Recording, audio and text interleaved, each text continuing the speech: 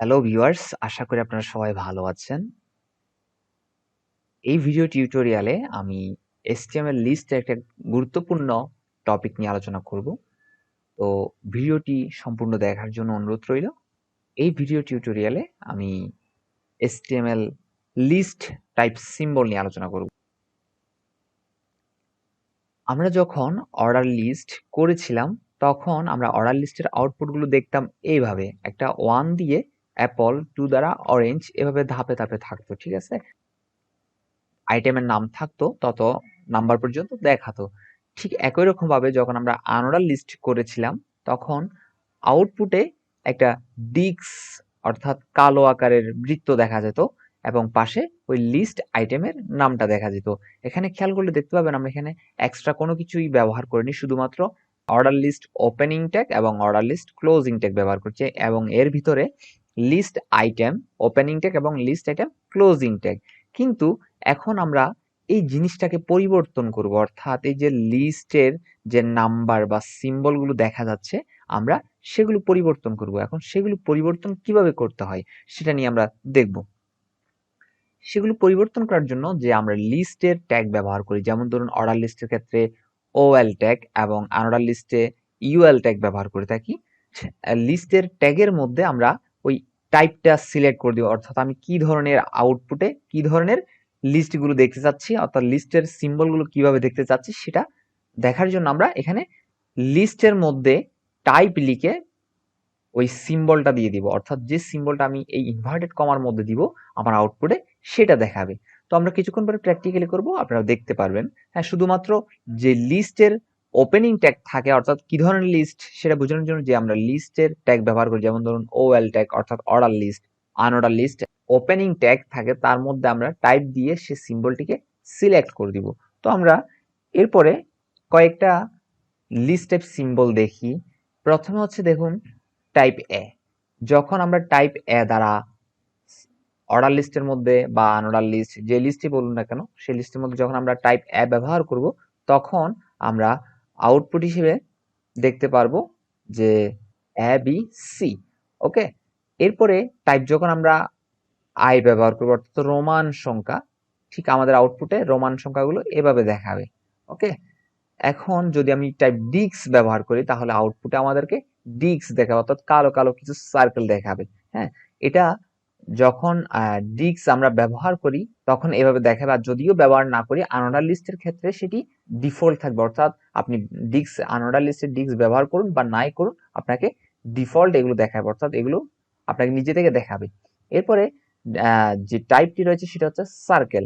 এই টাইপ ব্যবহার করার ফলে আমাদের আউটপুটে লিস্ট আইটেমের পূর্বে সার্কেল দেখাবে। ওকে, এরপরে আরেকটি সিম্বল টাইপ রয়েছে, যেমন ধরুন স্কোয়ার। যখন আমরা স্কোয়ার টাইপ ব্যবহার করব তখন স্কোয়ার টাইপের কালো কালো কিছু বক্স দেখাবে। এরপরে টাইপ ওয়ান, অর্থাৎ ওয়ান দ্বারা যখন আমরা এই টাইপ সিম্বল সিলেক্ট করে দিব তখন 1 2 3 এভাবে দেখাবে, যতগুলো আইটেম ততগুলো নাম্বার দেখাবে। এটা যদি অর্ডার লিস্টে করে থাকেন, যদি আপনি টাইপটা সিলেক্ট করে না দেন তবুও আপনাকে ডিফল্ট হিসেবে অর্ডার লিস্টে 1 2 3 দেখাবে। আচ্ছা, এখানে আরেকটা জিনিস খেয়াল করবেন যে ডিক্স, সার্কেল, স্কোয়ার এই তিনটা টাইপের সিম্বল শুধুমাত্র আনঅর্ডার লিস্টের মধ্যে সাপোর্ট করে, অর্ডার লিস্টে সাপোর্ট করে না। তো আমরা এখন প্র্যাকটিক্যালি সেটা দেখব। আমি প্র্যাকটিক্যাল দেখানোর জন্য আমার নোটপ্যাড ওপেন করে নিলাম এবং নোটপ্যাডের মধ্যে আমি একটা বেসিক সিনট্যাক্স পূর্বে থেকে তৈরি করে রেখেছিলাম। তো এখন আমরা যে কাজটি করব, প্রথমে অর্ডার লিস্ট তৈরি করে দেখাবো। তো অর্ডার লিস্ট তৈরি করার জন্য আমাদেরকে ওএল ট্যাগ ব্যবহার করতে হয়। OL tag closing. ওকে, এখন ওএল ট্যাগের মধ্যে আমরা নরমাল যে কাজটি করি সেটা হচ্ছে লিস্ট আইটেম দিয়ে আইটেমের নাম দিই। ওকে, আর লিস্ট আইটেম শেষ করলাম, আরেকটি লিস্ট আইটেমের নাম দিই, যেমন ধরুন অরেঞ্জ। আমরা যে কাজটি করলাম সেটা হচ্ছে একটা নরমাল অর্ডার লিস্ট ক্রিয়েট করে নিলাম। এখন দেখি আমার আউটপুটটা কি আসে। দেখতে পাচ্ছেন আউটপুটটা দেখাচ্ছে একটা অর্ডার লিস্ট আকারে। এখন চাচ্ছি আমি এই সিম্বলটাকে চেঞ্জ করব, এই সিম্বলটাকে চেঞ্জ করার জন্য আমি যেটি দেখিয়েছিলাম যে আমরা লিস্ট বোঝানোর জন্য যেই ওপেনিং ট্যাগগুলো ব্যবহার করি, যেমন ধরুন অর্ডার লিস্ট, সেই ট্যাগের মধ্যে আমরা টাইপ লিখে ইনভার্টেড কমার মধ্যে সেই টাইপটিকে সিলেক্ট করে দেবো। যেমন ধরুন আমি বি সি এভাবে টাইপ দেখতে চাচ্ছি, অর্থাৎ সিম্বলগুলো দেখতে চাচ্ছি।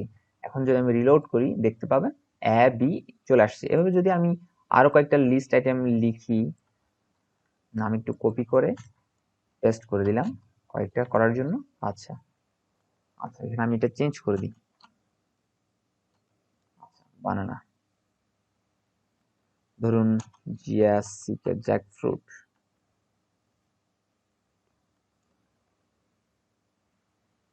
জ্যাকফ্রুট। এখন আমি আমার আউটপুটটা কি আসে একটু দেখি। হ্যাঁ, দেখতে পাচ্ছেন বানানা জ্যাকফ্রুট।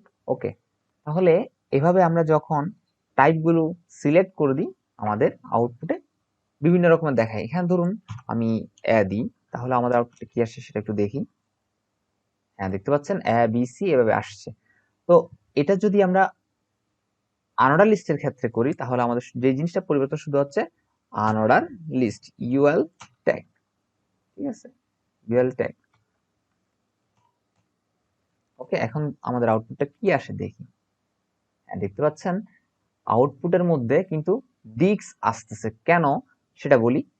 এই যে আমি লিস্ট টাইপ ব্যবহার করলাম, হ্যাঁ, এগুলো কিন্তু আনঅর্ডার লিস্টে সাপোর্ট করে না। শুধুমাত্র আনঅর্ডার লিস্টে সাপোর্ট করে সেগুলো হলো ডিক্স, ডিক্স, সার্কেল, স্কোয়ার। এই তিনটা কিন্তু আনঅর্ডার লিস্টে সাপোর্ট করে, এই বাকিগুলো কিন্তু আনঅর্ডার লিস্টে সাপোর্ট করে না। সেই জন্য এখানে এই আউটপুটের মধ্যে সেটা ডিক্স দেখাচ্ছে কিন্তু টাইপ ছিল এ। তো এখন যদি আমরা সেটাকে পরিবর্তন করে দিই, যেমন ধরুন আমি ডিক্স, আপনি যদি ডিক্স দেন বা না দেন তবু আনঅর্ডার লিস্টে ডিক্স আকারে দেখাবে। তো আমরা যেহেতু এটা ডিক্স আকারে দেখাই সেটা দেখানোর দরকার নাই, সেটা আমরা অন্য একটা দেখি, সার্কেল। ঠিক আছে,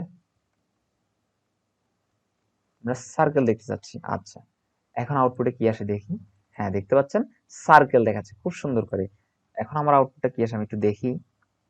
হ্যাঁ, দেখতে পাচ্ছেন স্কোয়ার চলে আসছে।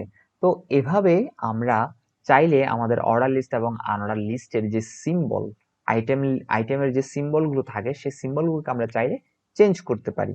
এরপরে আপনারা চাইলে এগুলো কালার করতে পারেন, ফ্রন্ট স্টাইল করতে পারেন, হ্যাঁ, বিভিন্ন রকমের ডিজাইন করতে পারেন, ব্যাকগ্রাউন্ড কালার দিতে পারেন। তো এর পরবর্তী ভিডিও টিউটোরিয়াল আমি ডেফিনিশন লিস্ট নিয়ে আলোচনা করব। সকলে ভালো থাকবেন, সুস্থ থাকবেন, সকলকে ধন্যবাদ।